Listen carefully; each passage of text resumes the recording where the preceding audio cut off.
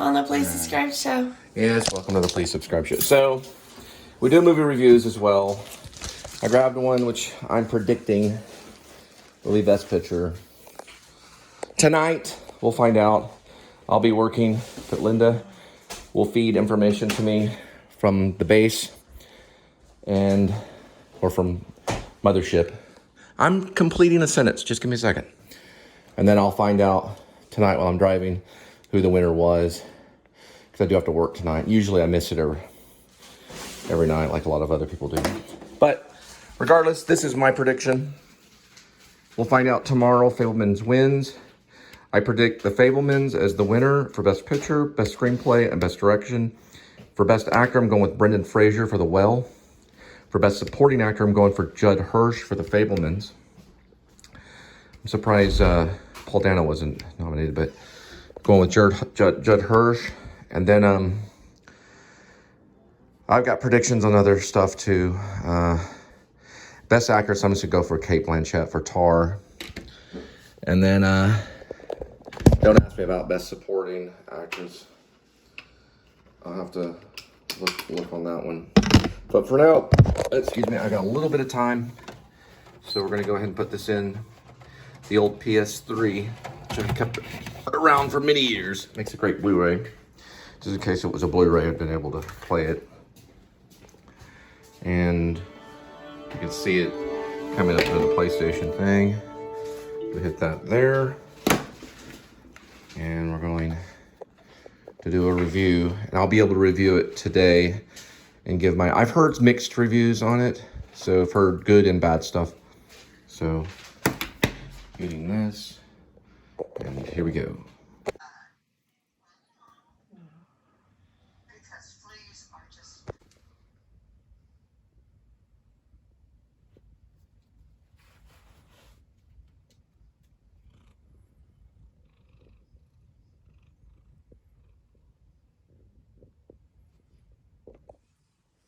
Okay, still watching the Fablemans.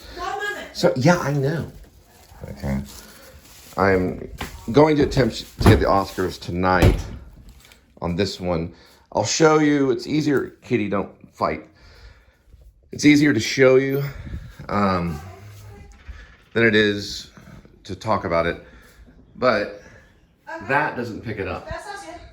I believe it's ABC. And it's hard to pick up. It's been this way for like maybe 5-6 years. Maybe longer. So this is a leaf right here, and it's an antenna, and it has a power source, so you plug it in.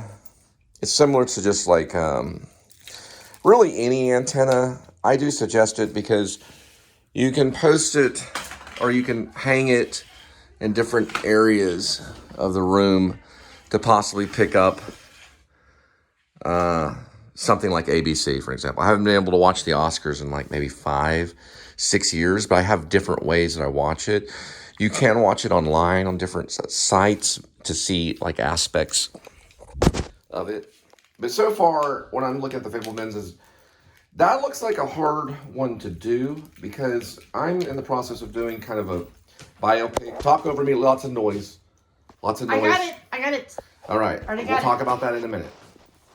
All right, cool. So, I'm in the process of doing kind of a somewhat fictional biography. It's probably not exactly like the Fablemans because it doesn't cover that a massive amount of time.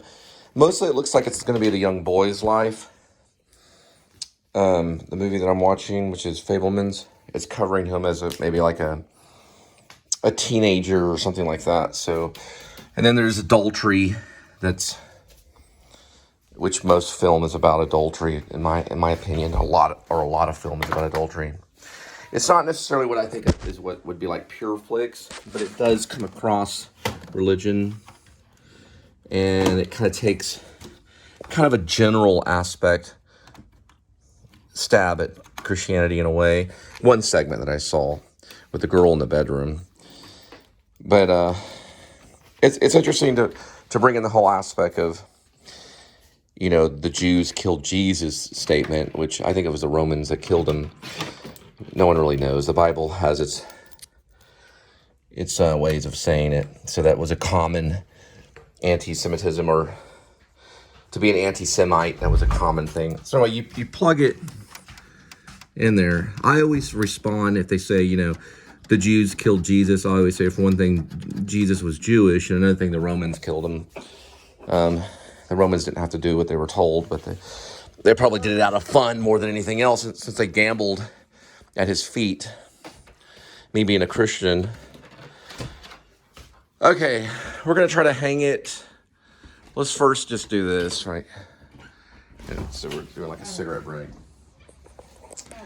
No, but serious topics have come up in Spielberg's Fableman. So that was one of them. The Messianic Jew, or, you know, because nobody really knows. I've had a director say that he was going to go to hell, and I didn't appreciate listening to that. Because no one knows the heart of a man but God. So, of course, America being founded by Christian morals, and the Constitution being founded by Christian morals, we learn that these people that have been going around in the desert for more than, I don't know, 4,000 years, 5,000 years, and it seems like sometimes the Christians are back there following. But we are supposedly know, as Christians, we know that this is not our real estate. You know, that our land, we know, is just temporary, and we're not fighting over Jerusalem. So there are some old things. I mean, I appreciate, the first thing I thought of when it came on was Schindler's List, like a post after Schindler's List, like the results of life of the ones that made it to America, that escaped the Holocaust. That was what I was reminded of. And then also maybe possibly like this kind of prophet kind of thing with a camera, like he was meant to have these things. So it was like things in destiny. And it's not pushed in your face. I think it's going to win Best Picture. I think Judd Hirsch deserves it. It was a quick performance, which I wish I could have had more of that character, even if he came back in a dream sequence. But I know that he structured the script to follow him getting to the studios, to getting to Hollywood, you know, because he's California. I'm at the state where the character's not using his gift of the, I guess it was I'm thinking a Super 8 or something, a certain type of camera. I don't know the model of the camera, but he's not using it, the one that his Uncle Bernie gave him. So they're in like a limbo state in California, and he's getting back to it to find his way in life. So it is an adventure story, a story about a kid finding his passion and what he wanted to do, or what he wants to do. But yet he didn't fail. The filmmaker, who was, of course, Spielberg, did not fail in bringing God into the picture, but didn't shove it into her face.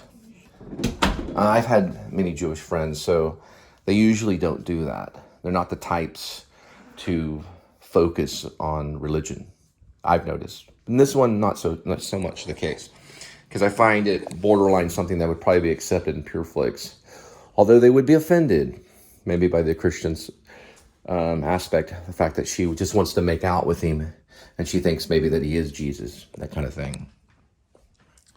But nevertheless, I think it's pretty good. And we're going to check out the Oscars tonight to see if it gets Best Picture. It might. I know Judd Hirsch is going to win. Judd Hirsch will get it for Best Supporting. I could be wrong. And then I would say for Best Actor, it's going to probably be Brendan Fraser, anyone that sacrifices the body to that extreme. Or at least to take that big of a risk as an actor, because I've only seen the trailers to what's it called? The Well. Yeah, The Well. I gotta find this thing and see. Let's see at this angle here, floating like that. Let's see if we get anything really. Looking for video signal. But although one thing I'll say good thing about Spielberg is taking on a project like this. He's very good at entertaining. He can keep your attention. And this could easily have been just a big snore bore, you know, big snore bore. Channel 8's what we needed. And let's see if we were successful. Ah! Yep, we're going to be able to watch it. We got Channel 8 in here. Let's see if we get Channel 5. NBC is also another one I have trouble with. Yeah, low strength, low signal strength. Is it NBC or ABC? I think it's ABC. ABC's Channel 8, which is WFFA. Anyway, hats off.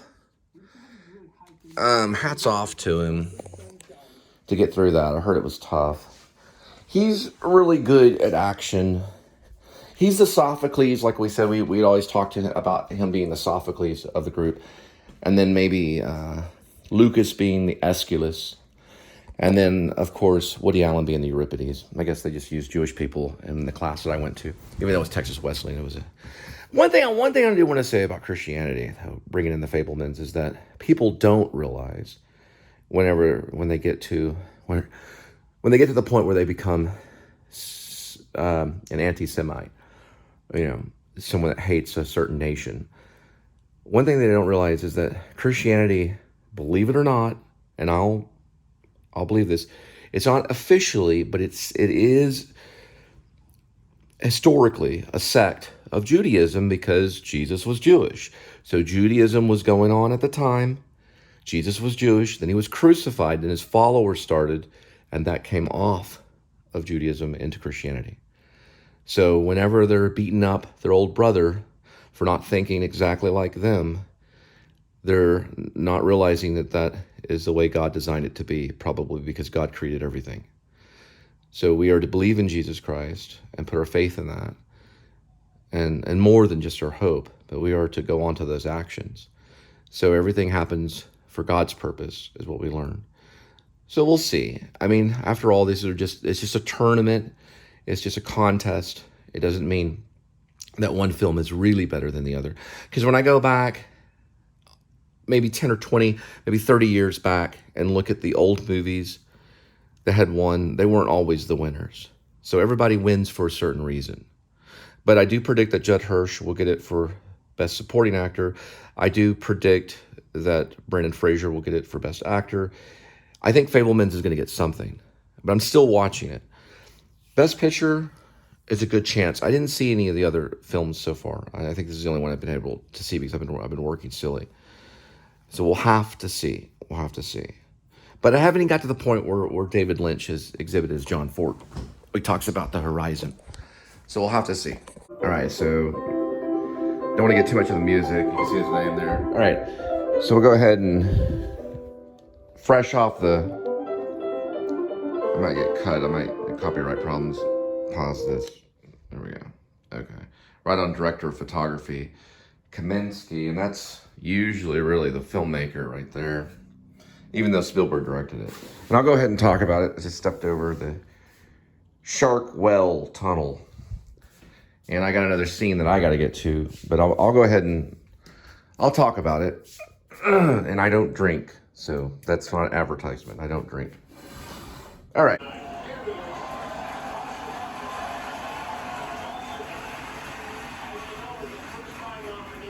He was so convincing as Elvis, still is. This is a good Hollywood story. Before they started shooting Elvis, Tom Hanks gave Austin a vintage typewriter as a gift, and in it, Tom wrote, he left a note written from Colonel Tom Parker to Elvis. So then Austin used the typewriter to write Tom back. They got to know each other by sending letters back and forth as Elvis and Tom, which just goes to show you how incredibly silly this all is. You have silly Tom, but Austin, you're so talented. Well, the good news is I'm able to pick up Channel 8, and I thought it was cool how the Oscars do the little QR scanner thing where you can actually go up with your phone and like get off the couch and kind of run over and QR scan and go, wow, I didn't know about the cinematographer. I'm going to try it a couple times. It looks cool. Let's see what it's like. And so far, Guillermo won for best stop action animation, I guess, animation. It's good to see that. So anyway. I'm a big fan of The Shape of Water, and I didn't get to see Nightmare Alley yet, but I want to see it. But pretty cool that he won that one. So, job, Guillermo.